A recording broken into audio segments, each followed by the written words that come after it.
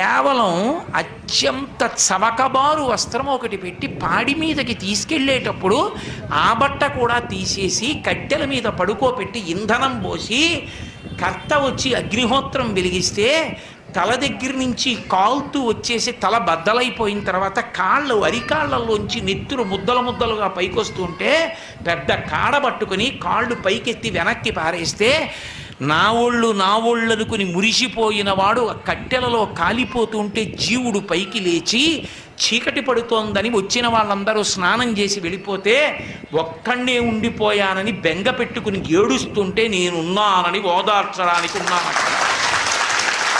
నేను లేకపోతే చచ్చినవాడు చస్తాడు పార్వతి అందుకున్నానన్నాడు. అది ఆయన ఔదార్యం. చేతకాక అక్కడ ఉండలేదు. అన్నవాడిని ఓదార్చకుండా ఉంటే తెలిసి వస్తుంది వాడికప్పుడు శివుడు శ్మశానవాసని విమర్శించడం ఏమిటో కాదు. అసలు మీకు ఒక యథార్థ